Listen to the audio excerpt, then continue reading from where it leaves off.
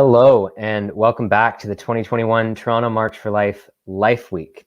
As we head into our second evening here, hopefully you had a chance to tune into our lobbying webinar to see some of the stuff on social media. Hopefully you've been following us and taking a look at the full schedule on torontomarchforlife.ca. And if you've been following along today, we were sharing a lot of testimonies, a lot of tips and tricks about apologetics, about how to have effective conversations about abortion, about how to communicate the truth with love, about how to change hearts and minds in order to save lives.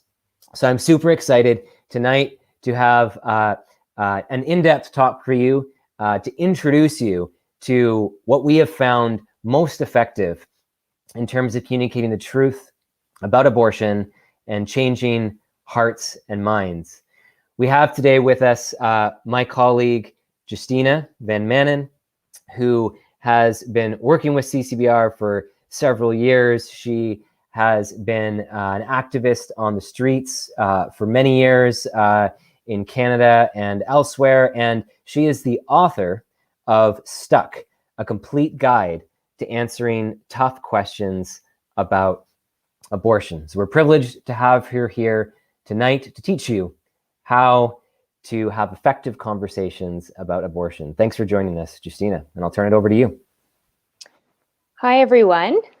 It's great to have the opportunity to speak with you all tonight, and for those of you who might be able to listen later. So as Blaise was saying earlier today, we had numerous of my friends and colleagues come on and share some of the conversations that they had with people about abortion. Now, for those of you listening, and I know for myself personally, to thinking about having these conversations can be intimidating because we obviously know abortion is a very emotionally charged issue. And one of the reasons it can be so intimidating to have those conversations is because the pro-choice movement has often controlled the rhetoric surrounding this issue. So if the topic of abortion comes up, or if you've started a conversation in the past, often before you can continue, people will say, like, what do you mean? It's my body, it's my choice. How dare you try to tell me what to do with my body? Or, aren't you very uncompassionate? Don't you think about the women living in poverty, the women who may have been sexually assaulted, the women who may die if they don't have an abortion?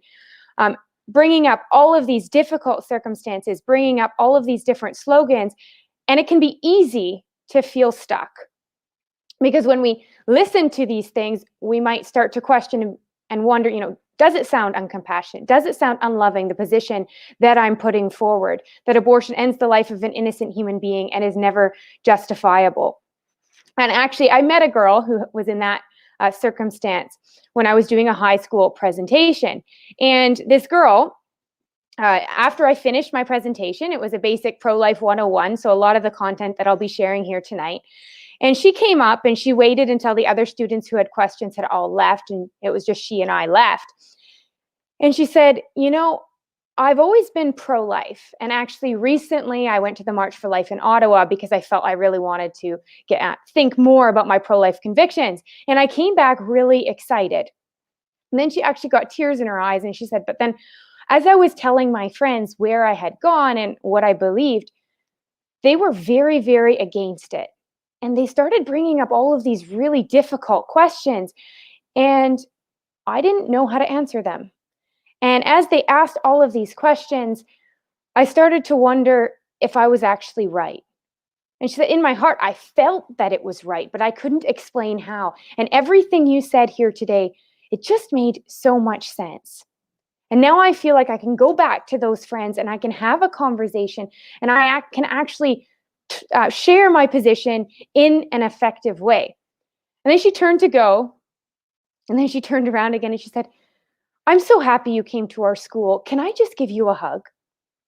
Now, her reaction is actually the reaction we get often when we do these types of presentations for people who have been pro-life their whole lives, maybe even have done pro-life work in the pastoral arm or the political arm of the pro-life movement, who have been passionately pro-life and have had the courage to share their views, but haven't always realized that there is easy ways, easy strategies to use to share the case for life. See, they might know the arguments, but what CCBR has added to these arguments is a winsome way and effective strategies to use these arguments on the streets and sharing them with the public. Now, as Blaise mentioned the book, and I believe that the pro-life guys mentioned it earlier today as well, Stuck. I have a copy here, a complete guide to answering tough questions about abortion. Now, Blaise said I wrote the book, but I prefer to say that I actually compiled a resource, because these aren't arguments that I came up with myself. In fact, they're arguments that extremely smart people like Scott Klusendorf, Stephanie Gray, Francis Beckwith, Gregory Kokel, the tips and strategies they came up with, an airtight case for life. And then very brave people, many of which I work with at the Canadian Centre for Bioethical Reform, took these arguments to the streets and developed them into effective arguments, simple arguments, step by step, that we can use to convince people. So I came along later. I did not have to develop these arguments myself, and I didn't have to come up with them, but I got to see firsthand how effective they can be. I volunteered with CCBR for a while. For those of you who know him, my brother is Justina Van Manen. So growing up, I actually can't remember a time when we didn't speak about abortion at the supper table and elsewhere. So I've obviously always been pro-life in my family as well. So I started volunteering with CCBR quite early. I did high school presentations about abortion. And then in 2013, I believe it was, I went to the Abortion Awareness Project in Florida. And it was 2014. And the summer after that, so still the summer of 2014, I did the 4-month CCBR internship. Now, so we got very, very quickly, we got trained with these apologetics, and then we just headed out onto the streets and we had these conversations. Now, like many of you probably are, I was very intimidated. I'm still intimidated often in having these conversations, because it can be scary. It can be difficult to talk about controversial issues. But once I had the training that I had, and I actually reached out and had these conversations, I was amazed, because I actually saw minds changed, and I realized that I could actually make a difference. Now, in the book, Stuck, I begin with a story that shares how many conversations with pro-choice people about abortion begin. And this was a very memorable time for me. It was a choice chain in front of a high school the second summer I worked with CCBR. And I was standing outside of the high school with a bunch of new interns, and as soon as the bell rang, I knew that this time was going to be different, because the students poured out of the doors and we were instantly surrounded by crowds of students. And the students right away began firing off questions.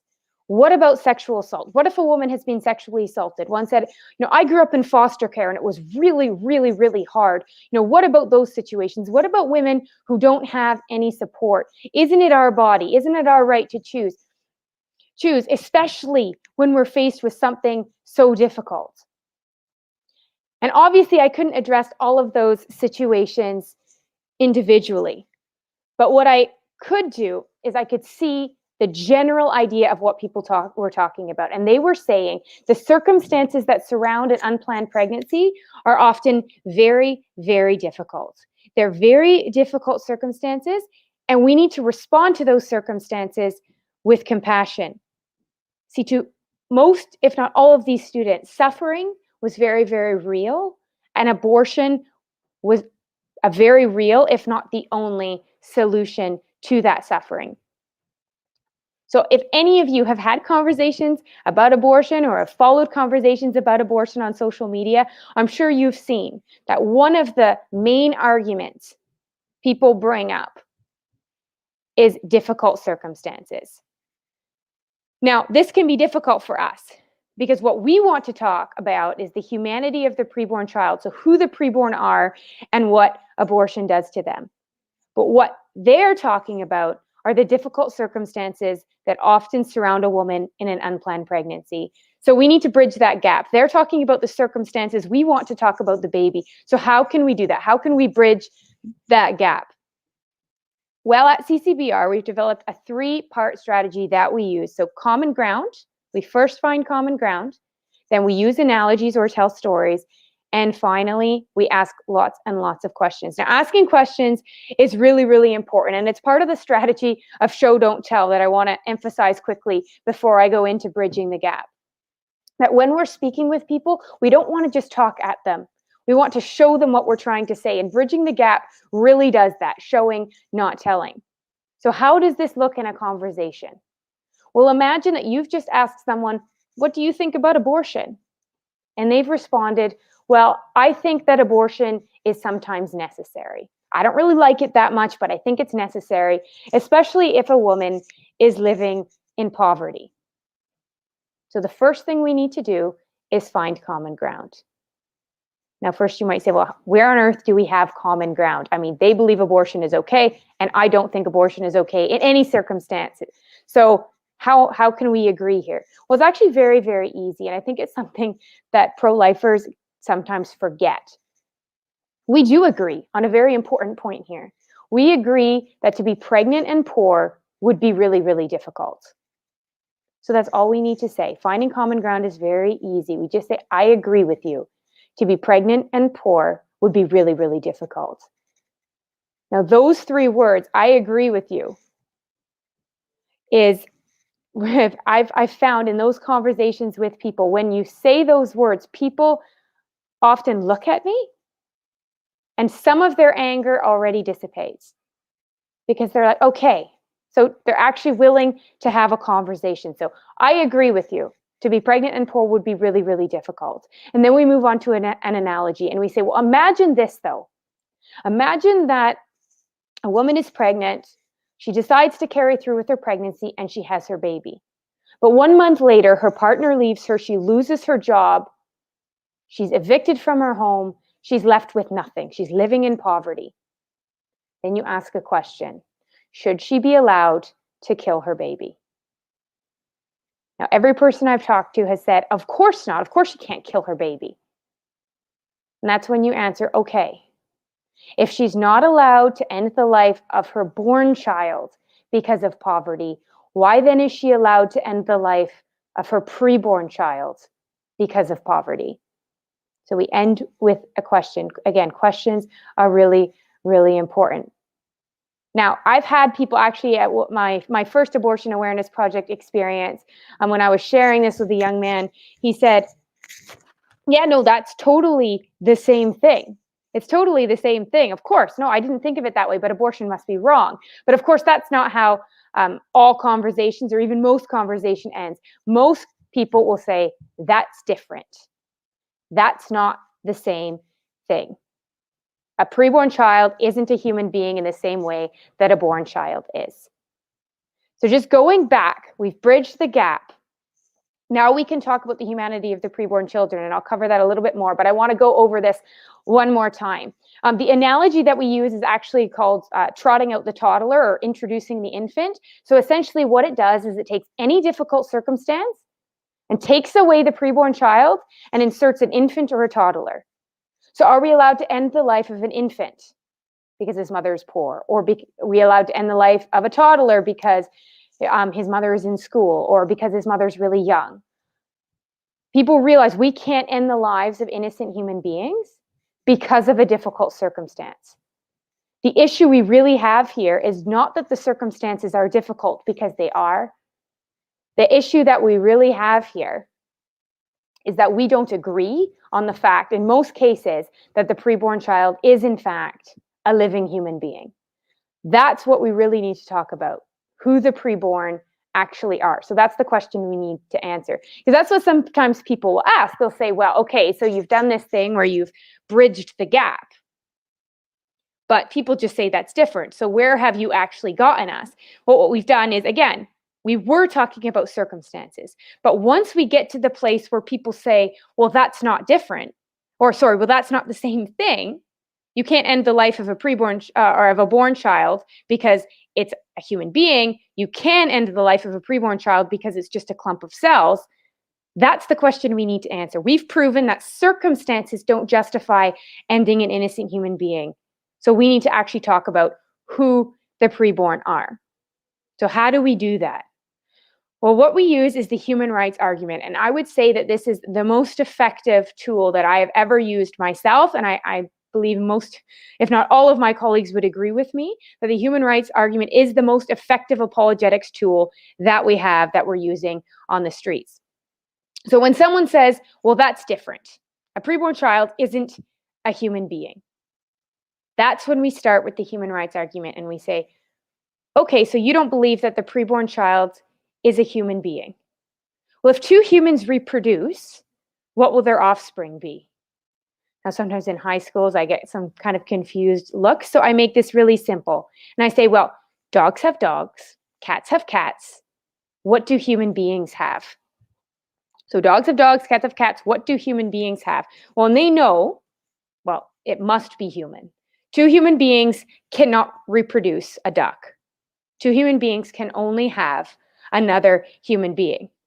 And some people catch on, right, when, where you're going with this, and they say, but it's not even alive. And we say, okay, if something's growing, isn't it alive? We know the embryo is growing from 1 cells to 2 to 4 to 8 to 16 and so on and so forth. We know that it's growing.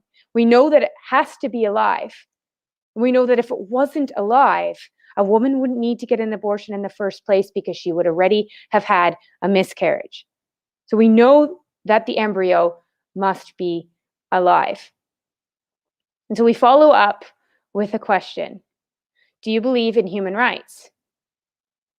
Now, again, I have met 1 or 2 crazy philosophy students in university who don't believe in human rights, but the vast, vast majority, I would say at least 97% of people that I've spoken to have said, of course I believe in human rights. And we say, okay, well, if 2 human beings can only reproduce another living human being, and we believe in human rights, then doesn't it logically follow that abortion is a human rights violation? So again, if 2 human beings can only reproduce another living human being, and we believe in human rights, then doesn't it logically follow that abortion is a human rights violation? Now, I actually can't count the number of people who, after hearing that argument, have either said, wow, abortion must be wrong. I've never thought of it that way. Or people who have just said, you've really given me something to think about. I need to think about that because that is something I've never thought of it that way before. If the preborn child is a human being and we believe in human rights for all human beings, then where does that leave the issue of abortion? Now, some people, after going through the human rights argument, will think a little bit and they'll be a little bit confused and they'll say, but how can the preborn child be a human being when it's just a fetus? It's just a fetus. Well, how do we answer that question? The word fetus is a correct term describing the preborn child. We know that the fetus is a correct term, but how do we respond to that? Well, I would ask, what kind of fetus? Now, again, asking questions in this situation is so important. We can tell people information, but it's so much more effective to draw the information out of them, to get them to share with you their answers to these questions. So I would ask, what kind of fetus? Now, a lot of people are genuinely confused by this question. What do you mean, what kind of fetus? Because what a lot of people don't realize is that dogs have fetuses. Dolphins have fetuses, elephants have fetuses, snow leopards have fetuses. Essentially, any mammal that gives birth to their offspring has offspring that goes through the embryonic and fetal stages. So the word fetus is not species specific. So essentially, what that tells us is that the word fetus and the word embryo, they don't tell us what something is. They simply tell us how old someone is. So when we say we have an infant, a toddler, or a teenager, we don't say, oh, a teenager, not a human being. We realize teenager just simply describes someone, a human being, in a particular stage of their development. In the same way, the words embryo and fetus simply describe a human being in that stage of development. Now, again, sometimes people are still struggling. They say, okay, that makes sense. but are you really trying to tell me that something that's no bigger than the period at the end of a sentence, that is a living human being that has human rights in the same way that you and I do? Now, that can be a difficult question for people, when we're wondering about that. An embryo starting out as a single cell, is that a human being with human rights in the same way that you and I have? So how do we respond to that? Well, when we get to that question, we've arrived at the question of, where does human life begin? Where does it begin? Because the only way that makes sense in a society that subscribes to human rights is to give those human rights when the human being begins. So when does the human being begin? Well, in this situation, again, we use analogies, we ask questions. Say, okay, so do you agree with me that a human being can begin at one of 3 points? Before fertilization, at fertilization, or at some point after fertilization. So before fertilization, at fertilization, or at some point after fertilization. People say, okay, one of those 3 points. And we say, okay, let's take before fertilization. So before fertilization, can an egg left alone in a woman's body ever grow and develop into a mature human being? Well, we know obviously not. Can a sperm left alone in a man's body ever grow and develop into a mature human being? In high school classes, we often get the boys, they're kind of squirming in their seats, and I say, no, don't worry. It doesn't work that way, and they kind of give nervous chuckles. But we know, all jokes aside, that a sperm left alone in a man's body will never grow and develop into a mature human being. So we know that life cannot begin before fertilization. So when someone says, I'm brushing skin cells off my hand, that's murder. That's the same as abortion. Or when someone says one of the cruder slogans, masturbation is murder. Or when someone says your menstrual cycle, that means you're a murderer. What they're confusing there is human parts and human wholes. A human egg is, in fact, part of a human, but it is not a whole human. The same thing with a sperm, a part of a human, not a whole human. They will never on their own grow and develop into a mature human being. So we know life does not begin before fertilization. Let's take some point after fertilization. So for this, I often kind of use a little analogy, and I'll say, well, imagine that you're eating in a restaurant with your family at a time when we could still actually eat in restaurants. So imagine you're eating in a restaurant with your family in days gone by, and someone walks through the door holding the hand of a toddler. You've never seen this toddler before, so you assume that, poof, the toddler came into existence at that moment. Obviously not. We know that the toddler must have been there before, that toddler grew and developed from a younger version of herself, which was an infant. What about the infant? Do storks bring infants? Do doctors bring infants in their black bags? Obviously not. Everybody knows, down to mostly down to the youngest children at this point. We don't try to fool people with the stork story anymore. That babies grow and develop from younger versions of themselves, which are fetuses. What about fetuses? Where do fetuses come from? Does a woman wake up in the middle of the night with her abdomen out to here and a fetus moving and kicking inside of her? Well, we know obviously not. A fetus grows and develops from a younger version of herself, which was an embryo. Where does the embryo come from? Well, science tells us that at the moment of fertilization, which is the moment of sperm-egg fusion, a whole, distinct, living human being comes into existence, a human being that has never existed before and will never exist again. A specific individual, a unique individual comes into existence. We know that life does not begin at some point after fertilization. We know that life begins at fertilization, at that moment. Now, people might try to tell you there isn't a consensus, there isn't a scientific consensus on when life begins. That is simply not true. If you read any embryology textbook, any biology textbook, in fact, my first year psychology textbook said that the continuum of human life begins at fertilization. That the beginning of a new human being occurs at fertilization. Sometimes when I'm trying to make this question a bit more simple, I've asked, well, what's the duration of a healthy pregnancy? Now, in high school classes, most people can answer that question. They'll say, well, normally, if the pregnancy is healthy, a woman is pregnant for 9 months. And I say, okay, why 9 months? What happened 9 months prior that made us begin counting time? What began 9 months prior that made us start counting? What significant event? Well, that was fertilization. We don't say a pregnancy is 6 months because we don't really know that it is actually anything until 6 months. We know that pregnancy begins as soon as we knew that that baby exists. We know that that embryo existed before that time already at fertilization. So when does life begin?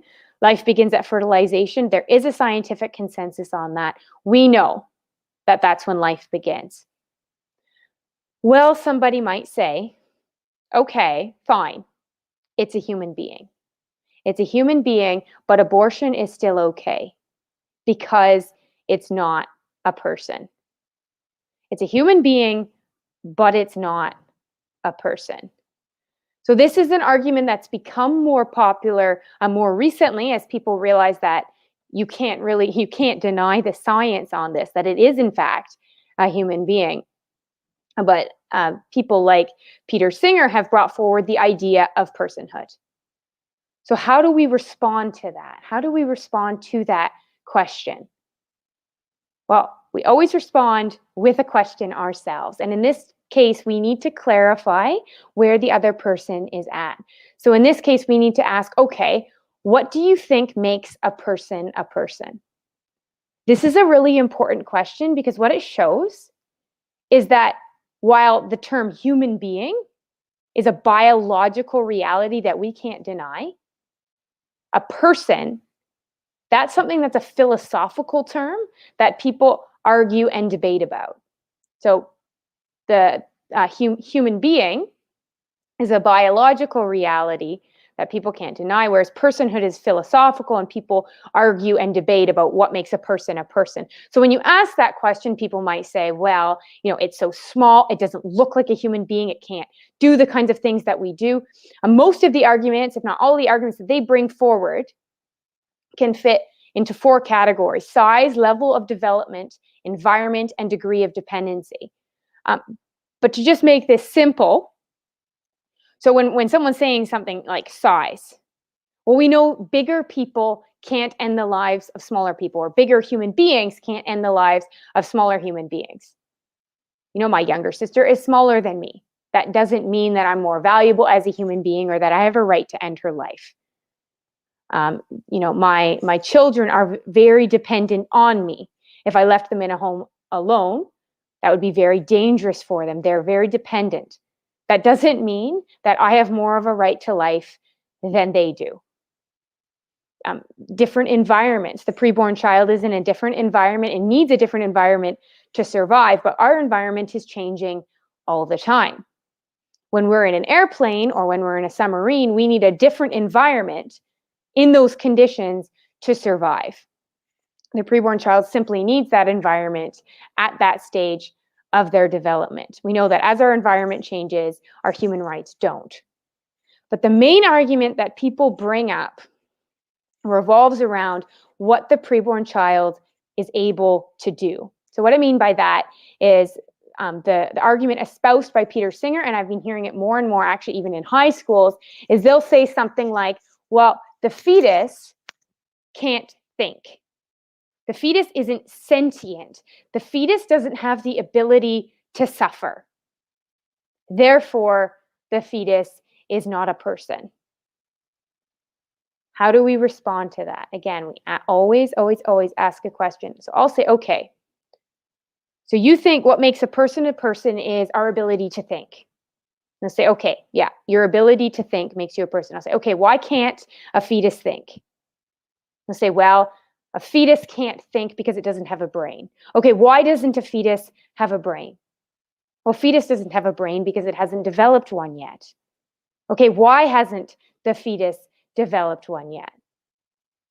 Well, at this point, the person's getting annoyed. A fetus hasn't developed one yet because it hasn't had the time. We say, okay, that's interesting. So a fetus can't think because a fetus doesn't have a brain, because a fetus hasn't developed one yet, because the fetus hasn't had the time. Time is reflected in our age. So aren't we just saying that those of us who are older are allowed to end the lives of those of us who are younger? So isn't that essentially a form of ageism?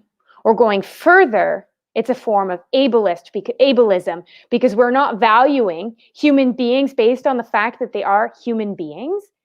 We are valuing human beings based on what they can do, what they're able to experience. And they're only able to experience or do these certain things or meet this certain criteria is because of their age. If you give them time to grow and develop, they will be able to do the things that people will say, okay, well, now they're a person. And to choose these arbitrary points are extremely dangerous. And what sometimes I found very helpful to point out to people is that we've done the same thing in the past. African Americans in the States were considered human, but not people. During World War II, Nazis said, well, maybe the Jews are some kind of human, but they are not people. Atrocities in Canada as well with Aboriginal peoples. They've said, well, maybe human being, but not people. In fact, women weren't considered people until the 1929 Persons Case, which meant they couldn't run for parliament and other such things.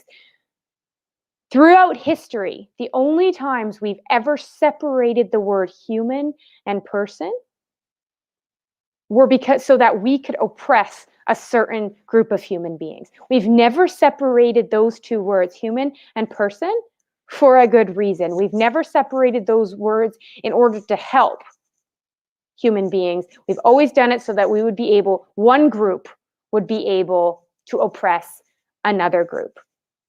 It's never been safe to separate those words. To further illustrate that point, sometimes I did this in front of a high school actually, I asked a group of boys, I said, well, have you ever heard of the UN Declaration of Human Rights? And they actually had, which I was somewhat surprised. And I said, okay, do you know when it was written?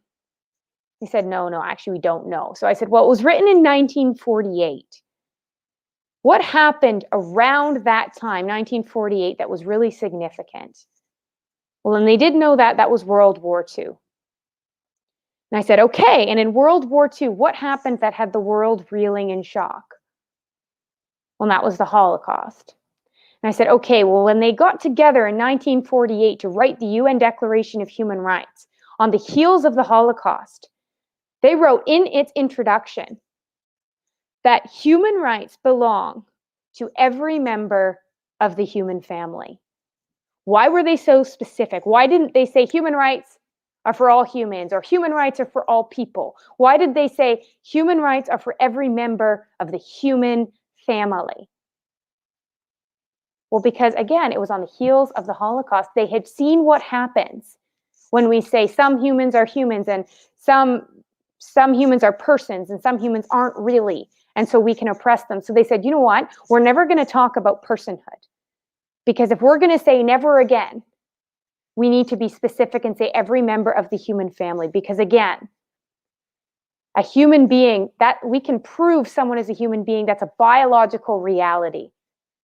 But people debate about personhood. Even the people that espouse personhood and sentience put that at different times. Some people might say, well, brainwaves. Some people might say, well, after they're born. Some people might say when they're self-aware. All of those points are varying points in pregnancy. The only way that we can truly keep every single human being safe is if we say that human rights are for every member of the human family and that those human rights begin when the human being begins. So once we've talked through personhood, again, people might say, okay, well, it's a human being, maybe even a person, but none of that matters. None of that matters because the preborn child is inside my body. It's my body, so it's my choice what to do with it. So how do we respond to that? Well, I've done that in high schools as well. I said, well, okay, am I allowed to swing my arm? They say, well, obviously you're allowed to swing your arm. So I say, okay, so I'm swinging my arm, but now I swing my arm and hit the person in the front row in the face. Is that allowed? Well, they always all start shaking their heads. Of course not. Why not? If it's my body, isn't it my choice what I do with it? Well, they say, of course not. It doesn't work that way. We are never allowed to use our body to harm someone else's body. So what we need to really ask here is, are there two human beings in question? Now, some people might say, well, aren't you putting the fetus's rights up here and the woman's rights down here? You can't say that the fetus has more rights than the woman. And is that, in fact, what we're saying? Well, it's a difficult situation, but what we say in this case is there is a hierarchy of rights. We know that some rights are more important than other rights. Some rights are our fundamental rights. Some rights are just a bit more important. So when we have rights in conflict, what do we do in different circumstances? When we have rights in conflict, we always uphold the more fundamental right to life. So what a woman has at stake here is a risk of bodily autonomy or bodily security, whereas the preborn child is at risk of their right to life. What here is more fundamental? What right is more important? Well, we know that without the right to life, all other rights are redundant. So we know that the right to life is the most fundamental right, and that is the right that needs to be upheld. Now, people might say, but how can you actually say that? It's a woman's body. It's a woman's right to choose. How come I have to use my body for someone else's body? But the reality is that that we are, in fact, responsible for those children who are vulnerable. Now, my children are 1 year old right now. My twin boys are 1. They're still very, very dependent on me. I use my body for them all the time. I have to carry them. I have to feed them. I have to share all of those things with them. It can be very tiring, especially having to carry both of them at the same time. I can get a very sore back. But at the end of the day, I still need to use my body to care for them. I don't have the right to walk out of my house and shut the door. I would be charged with neglect. What we have to do for our children is we have to provide them with ordinary care. I don't have to buy my kids a pony. I don't have to buy them a quad, even though I'm pretty sure my husband will one day. I do have to provide them with food, shelter, and clothing. I have to provide them with ordinary care, not extraordinary care. What are we doing with a preborn child? Are we providing them with extraordinary care? Well, no, what we are providing them with is ordinary care, food and shelter. So my body, my choice, that is true if it's only your body and you're not using your body to harm someone else's body. Now, there are different ways to respond to this argument. There are different ways to get more in depth. That's why we encourage everyone to go to thebridgehead.ca and pick up a copy of Stuck. Now, just to clarify, I do not get royalties for this, so I'm not trying to make money here, but I just really hope that this resource can be helpful to you in answering these tough questions. Because the basics that we just talked about, going through common ground analogy and questions, so bridging the gap, the human rights argument, talking about it's just a fetus and when life begins, briefly going through bodily autonomy, those tools, those are enough to have very powerful and very effective conversations about abortion, if we couple them with a winsome manner, if we have conversations in polite and compassionate ways. I know later in the week there's going to be another webinar about how to speak to people with compassion, particularly when they've dealt with a difficult circumstance themselves, or know someone who has gone through a difficult circumstance, or maybe even have had an abortion themselves. So there's going to be a great webinar later this week that goes more into depth about how to approach those types of conversations. That's also in the book Stuck. That's why, I mean, I spoke for quite a short amount of time, giving a short number of arguments, whereas the book is over 200 pages long. And when we talked about how we were going to compile it, we decided we needed to make it comprehensive, which meant that we talked about these arguments, all of the little arguments that can branch off of that. There's a lot of different color-coded sidebars in the book as well to respond to them. But again, before you dive into something, you think, oh, 200 pages, that's a lot. How can I ever think about all of those different things? And how can I have a good conversation? Really? Know how to bridge the gap? And know the human rights argument, and you already have a very, very powerful foundation for sharing your pro-life convictions with other people. Now, why we developed these resources, because we would share presentations, we'd share this information with people, and people would come up and they would say, do you have this information in written format? I didn't take notes, or I didn't take notes fast enough. And for the longest time, we had to say, well, I mean, I can send you my presentation notes, but no, we do have a classroom online, but we don't have anything really compact, comprehensive to give to you. Well, now we do have that resource. And then the question is, what are we going to do with it? What are we going to do with the information that we learned today? What are we going to do with the information that we learned this week? Well, the theme of this week's virtual March for Life is to be a voice for the voiceless. Now, that is going to look different to different people. We all are in our different areas of life. We all have our different challenges. We all have our different responsibilities. I mean, we all go home to children, to jobs, to hundreds and hundreds, maybe thousands of different responsibilities. And it can be so easy to want to just live an ordinary life, to not always have to think about abortion.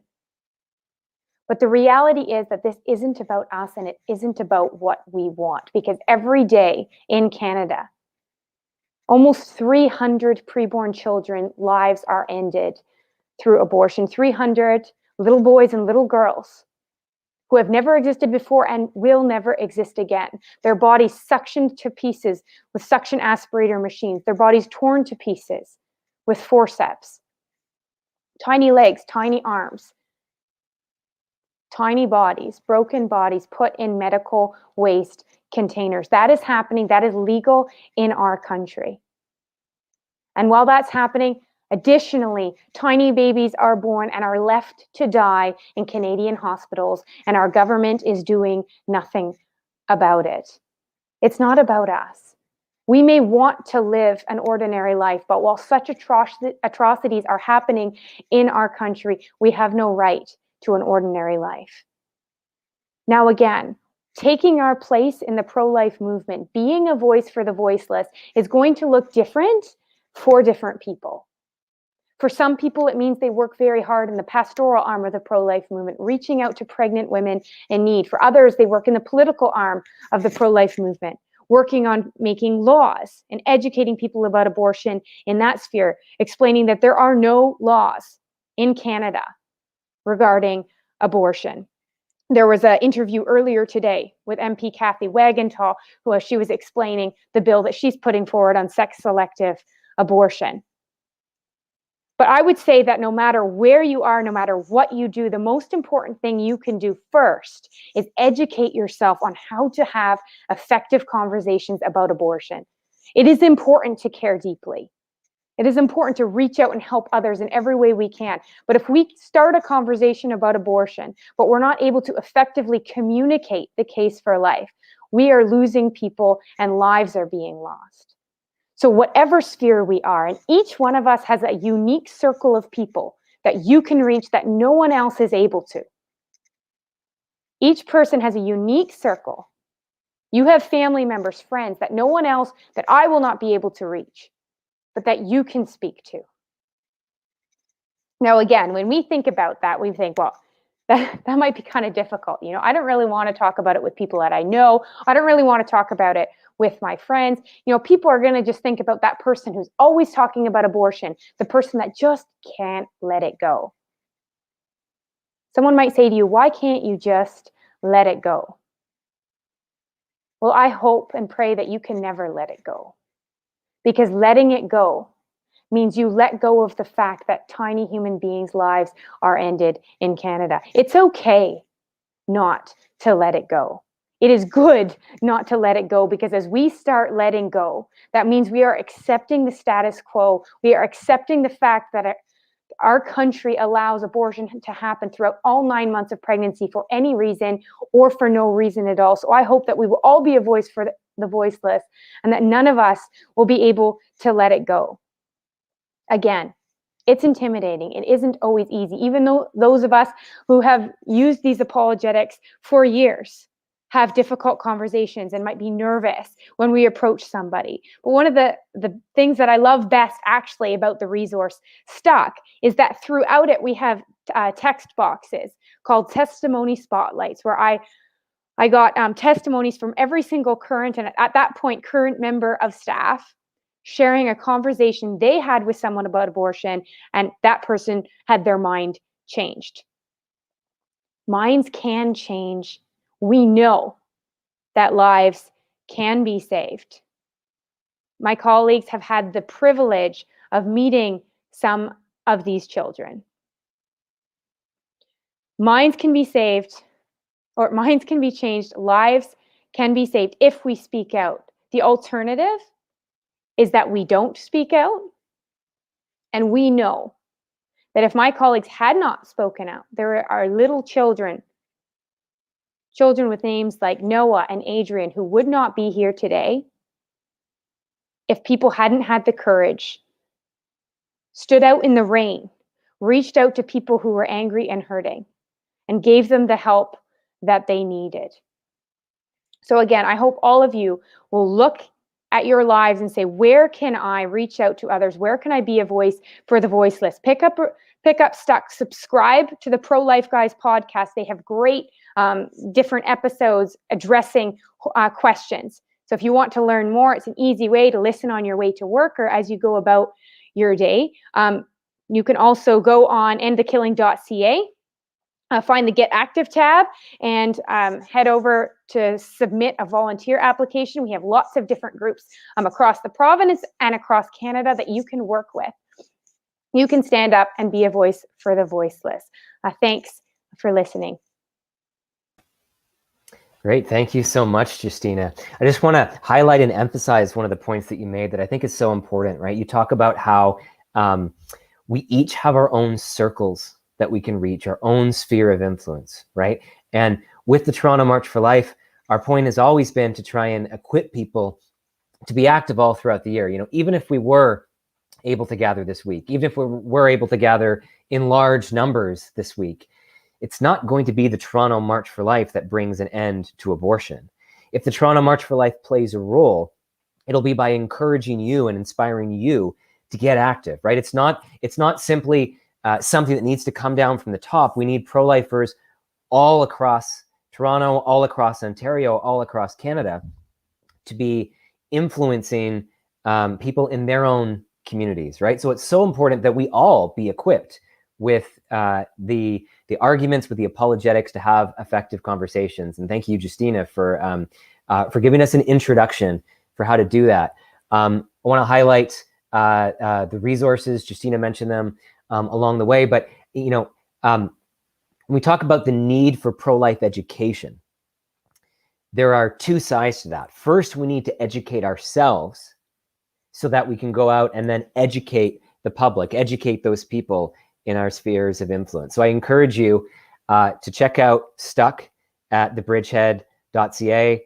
Can't recommend it highly enough. It is a textbook that is just gives you the resource for all of the arguments. And if you're more of an auditory learner, or to go more in depth on some other things as well, you can check out prolifeguys.com for the Pro-Life Guys podcast, where they go through the apologetics and the arguments, a different topic every week to learn how to have effective conversations. And then we need to be able to get active as well. So endthekilling.ca/volunteer is where you could sign up, submit a volunteer application. And once the stay-at-home order lifts and we're able to resume in-person activism, we would love to have you join us. If you're not in Toronto, if you're not somewhere where we have an office, there are groups all across Ontario, all across Canada. We'll connect you with your local pro-life activism group. We're also offering one-on-one training. If you submit an application, we'll spend some time with you via video chat, going over the apologetics and equipping you to have effective conversations for activism. And then check out torontomarchforlife.ca, subscribe, follow us on social media, because we are just at the start of the week. Tomorrow, we've got the Pro-Life Guys back on, and they're going to be talking about social media outreach, about how to take these apologetics and these arguments that Justina has gone over and put them in practice online. So we really encourage you tomorrow to listen to that session, and then take one of the videos, take one of the posts that we've been sharing on Toronto March for Life this week that speaks to you, and share that on your own social media accounts. Get the conversation started and use these apologetics with your own sphere of influence. Tomorrow night, we've got strategy, talking about the need to expose injustice with visual evidence to confront our culture with the truth. We've got hard apologetics on Thursday night, learning how to understand, love, and inspire when we're having these conversations about abortion. And we've got an interview with Mary Helen Mose from Aid to Women, a crisis pregnancy center in downtown Toronto, coming up on Thursday afternoon. Plus, lots of other pro-life content being posted in between all of these videos and live streams. So torontomarchforlife.ca for the schedule, and follow us on social media. And hope to see you for the rest of the week. And thank you so much, Justina, for your talk tonight. It's been great to have you. All right. Take care, everyone.